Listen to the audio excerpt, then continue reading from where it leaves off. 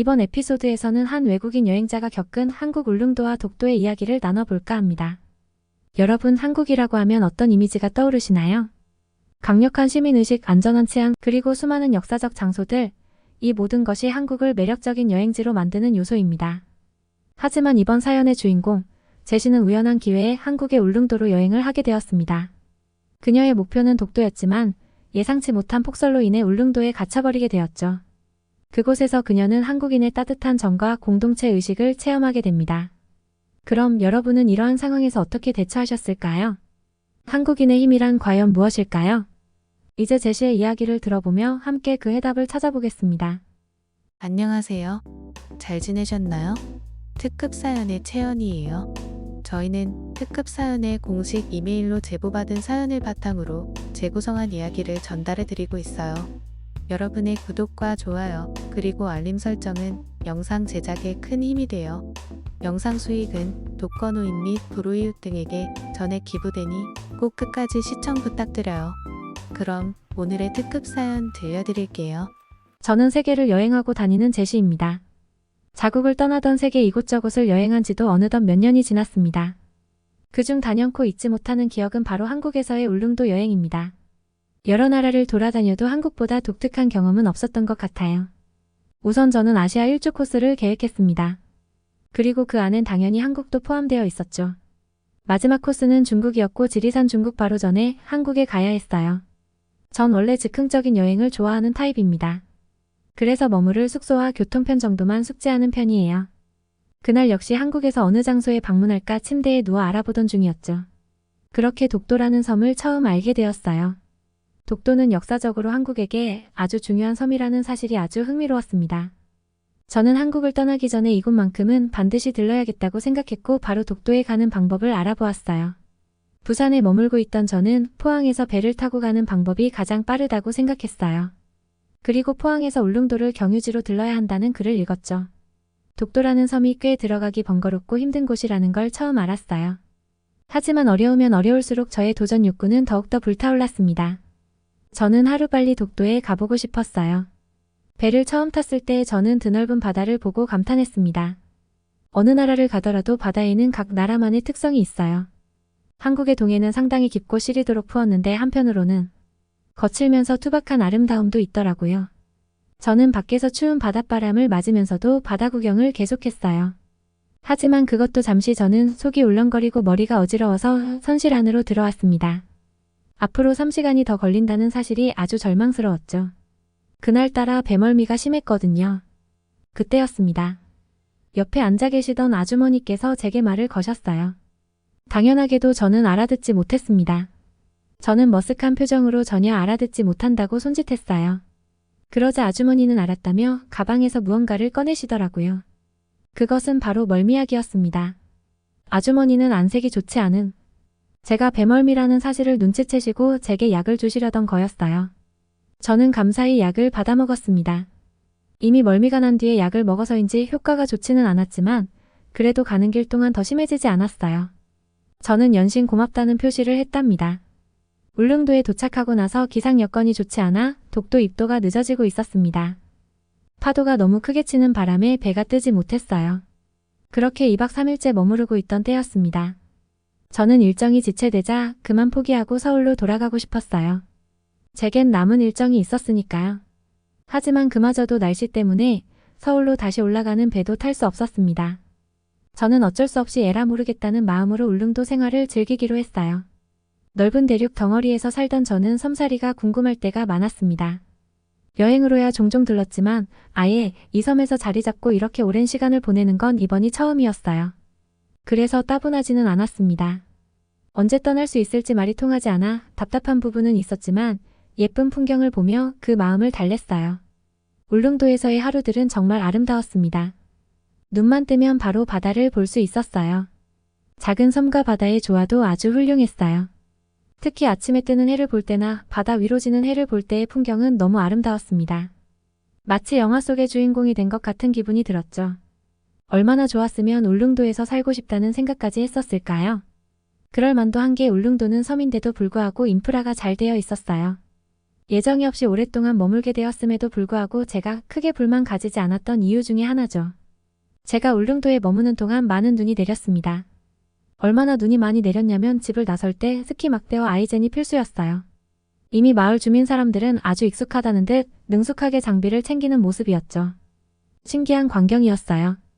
울릉도에 머물게 된 지 4박 5일째 되는 날이었습니다. 저는 원래 홀로 여행을 자주 했기 때문에 혼자여도 외롭지 않았어요. 오히려 익숙한 여행 스타일이었죠. 그런데 한국인들이 보기에는 홀로 머무는 제가 걱정되셨나 봐요. 아주머니와 아저씨들이 절 챙겨주시기 시작했어요. 나중에 알고 보니 제가 그들의 딸벌이기도 하고 혼자 여행 와서 일정도 꼬이고 심란할 텐데 혼자 잘 버티는 게 안쓰럽기도 기특하기도 했다고 하시더라고요. 그들은 아침에 저를 마주치면 홍삼 음료를 주면서 먹으라고 했습니다. 몸에 아주 좋은 거라고 엄지척 날려주시면서 말이에요. 가끔은 부담스럽기도 했지만 이것이 한국의 문화인가 싶어서 고맙게 받았어요. 간식을 많이 챙겨오지 않아서 배고플 때가 많았는데 이렇게 매번 챙겨주시는 게 사실 감사했죠. 또 함께 텔레비전을 보면서 아주 자연스럽게 글도 까서 주셨어요. 저는 부탁드린 적이 없었기 때문에 잘못 주신 건가 싶어 처음엔 거절했습니다. 그런데 아주머니께서 왜 안 먹냐는 눈빛을 보내셨어요. 저는 또 먹을 수밖에 없었습니다. 도대체 한국 사람들은 초면인 나를 왜 이렇게 챙겨주지 나와 아는 사이도 아닌데 혹시 사기치려고 하는 건 아니겠지 처음엔 의심스럽기도 했습니다. 그런데 갈수록 이것은 그들의 호의임을 알게 되었어요. 그 사실을 눈치챈 후부터는 저도 부담스러워하지 않고 주시는 대로 잘 받아먹었습니다. 덕분에 한국의 부침개도 먹어보고 쌀과자도 먹어보는 등 군것질만 해도 배가 부를 정도였어요. 이젠 이런 생활이 익숙해졌습니다. 저는 홀로 방에 들어오면 외로움을 느끼는 지경까지 이르렀었거든요. 그러던 어느 날이었습니다. 눈이 점점 많이 오기 시작하더니 폭설로 이어졌어요. 지난밤부터 내린 폭설과 강풍까지 겹쳐 상황이 심각해지고 있었죠. 좋지 못한 기상 상황과 그로 인한 월파 때문에 울릉도 섬일주도로가 통제되고 있었습니다. 바닷물을 끌어와 제설 작업을 하려고 했지만 그것도 한계가 있는 듯 보였어요. 물론 여객선도 전면 통제여서 독도로 들어가기는커녕 서울로 다시 돌아가기도 힘든 상황이었습니다. 그 상황이 저는 매우 절망스러웠어요. 울릉도 생활도 매우 좋았지만 제가 이곳에 온 최종 목표는 독도였기 때문이죠. 그런데 독도에 들어가지도 못하고 서울로 돌아가기만을 바라야 하는 상황에 처하고 나니 제가 언제 또다시 먼 한국까지 올지 모르는데 이 상황이 원망스러웠어요. 함께 배를 타고 온 관광객 무리와 저는 마을회관에 대피해 있던 상황이었습니다. 우리는 마을 사람들이 말을 꺼낼 때까지 아무런 것도 하지 못하고 그 안에만 있어야 했어요. 모두들 답답한 모습이었습니다. 그때 몇몇 아주머니와 아저씨들은 갑자기 모여서 어떤 회의를 하기 시작했어요.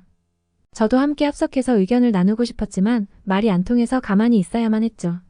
하는 수 없이 구석에 다시 앉았습니다. 난감한 상황이었어요. 그런데 갑자기 회의를 하시던 아주머니와 아저씨들이 일제히 일어나 짐을 챙기기 시작했어요. 저는 영문을 몰랐지만 눈치껏 짐을 챙겼습니다. 혹시 지금 나갈 수 있는 건가 싶었거든요.